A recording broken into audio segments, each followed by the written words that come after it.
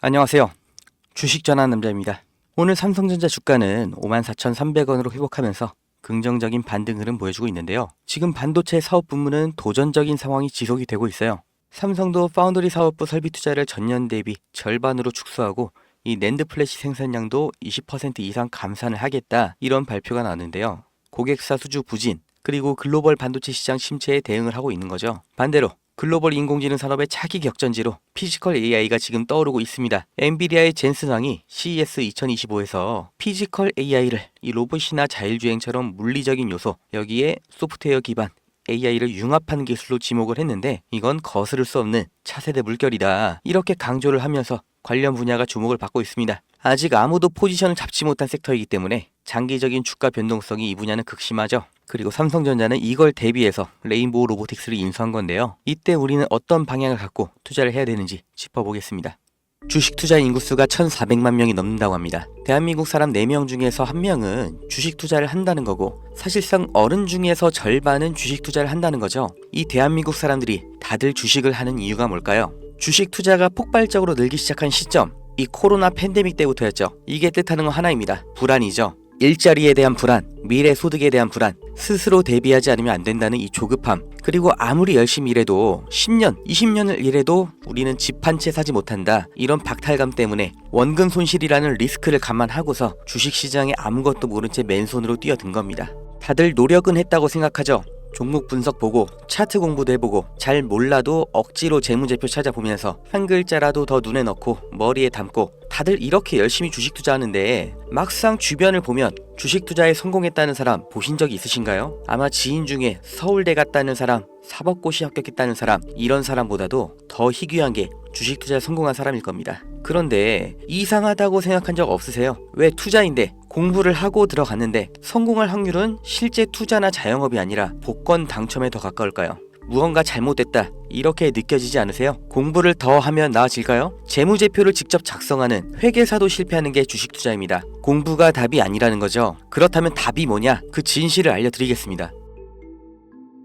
구독자님들, 노력을 안 해서, 공부가 부족해서, 내가 욕심을 크게 부려서 그래서 주식 투자에 실패한 게 아니에요. 잘못을 해서 실패한 게 아니란 말이에요. 애초에 우리는 속고 있었어요. 이길 수가 없는 싸움판에 맨몸으로 내던져져서 나보다 강하고 무기도 갖고 있고, 심지어 이 싸움을 준비하고 있던 누군가와 싸워야 했습니다. 이길 리가 없죠. 한두 명의 운 좋은 사람, 특별한 재능이 있는 그런 사람이 아니라 모든 사람이 다 희생자였을 뿐이에요. 그 범죄자가 누구냐? 코스피, 코스닥입니다.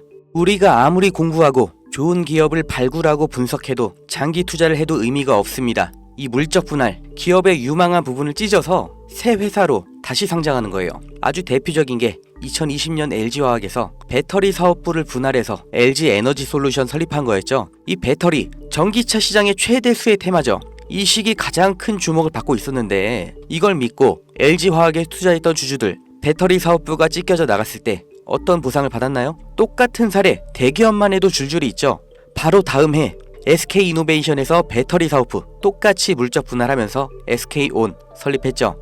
SK의 미래를 책임질 주요 사업인데, 이걸 알고 미리 SK이노베이션에 투자한 통찰력 있는 똑똑한 주주는 배신을 당한 겁니다. 또 카카오톡이라는 메신저를 플랫폼으로 활용해서 카카오페이, 카카오뱅크 전부 성공을 시켰죠. 그런데 카카오페이, 카카오뱅크 각각 따로 물적 분할을 해버렸어요. 카카오의 주주들은 뭐가 된 거죠? 내가 갖고 있는 주식에서 가장 중요한 부분이 그냥 찢겨져 나간 거예요. 손해는 개미가 봤죠. 오너는 손해를 봤나요? 전혀 아니죠. 10,000원짜리 한 장이었던 게 1,000원짜리 10장이 됐을 뿐이에요. 오히려 나눠먹기, 돌려쓰기 더 편해진 거죠. 일반 주주들, 개미들만 일방적으로 당하는 겁니다. 어떻게 이렇게 뻔뻔하게 할 수가 있어요? 미국에서 이런 짓 하면 박살납니다. 미국 세법에 섹션 355라는 게 있습니다. 물적 분할의 조건을 다른 거예요. 여기 써있죠. 디스트리뷰션, 분할, 스탁, 주식과 증권을 나눌 때, 분할을 할 때 어떻게 해야 되냐? 실질적인 사업 목적이 따로 있어야 되고, 최소 5년 이상 독립적으로 운영을 하고 있었어야 되고, 자회사 80% 이상의 통제권을 갖고 있어야 되고, 분할된 주식도 기존 주주들에게 공정하게 분배를 해야 된다. 이런 여러 가지 조건을 다 만족해야 돼요. 이걸 무시하고 그냥 물적 분할을 하면 바로 엄청난 세금 폭탄이 날아옵니다. 사실상 벌금을 내라는 거예요. 그러니까 미국의 기업들은 물적 분할할 때 아주 철저하게 기준에 맞춰서 하죠. 미국의 대표적인 기업, 이 GE도 이렇게 테마별로 구분 지어서 분할하니까 시장에서도 전략적 유연성, 자원 배분의 효율화 이렇게 인식을 해서 주가도 같이 오르는 거예요. 이렇게 모든 주주들에게 이익이 되는 물적 분할을 하라는 겁니다. 회사의 미래 가치를 믿고 투자한 사람들을 배신하지 말라고 이렇게 하는 거예요. 이뿐만이 아니죠. 금투세, 이 말도 안 되는 세금 폐지하나 싶었는데 말장난이었고 그냥 유예였죠. 이 금투세의 최대 피해자 누구예요? 중산층, 개미입니다. 세금 부담 때문에 안정적인 장기 투자를 못하고 리스크 있는 단기 투자, 고위험 투자로 내몰리는 거예요. 심리적 압박 더 받겠죠. 일관된 투자 어렵죠. 그 돈 누가 가져갈까요? 하루 종일 차트 보면서 대응하는 트레이더, 기관 얘네들한테 다 갖다 바치라고 하는 겁니다. 또 있죠. 분식회계는 어때요? 개미들이 아무리 기업 분석하고 재무제표 찾아보고 PER, ROE 따지면 뭐해요? 이게 진실인지 아닌지 아무도 보장을 못해주죠. 분식 회계를 저질러도 그 처벌이 너무나 낮기 때문에 아예 세계에서 한국 주식을 저평가하는 겁니다. 다들 들어보셨죠? 코리아 디스카운트. 이게 얼마나 부끄러운 말이에요. 한국 거는 그냥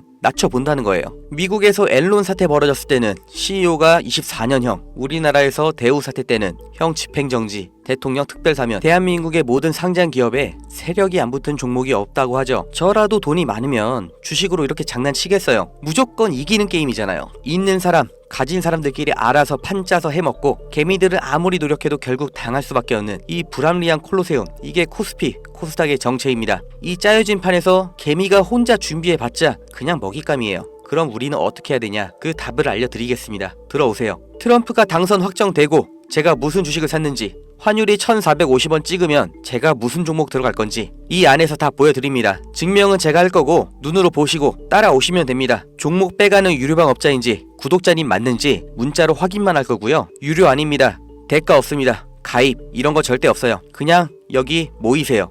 010-2290-8285 여기로 문자 집 이렇게 한 글자만 남겨주세요. 100만원으로 시작해서 집 한 채까지 가는 기적 보여드리겠습니다.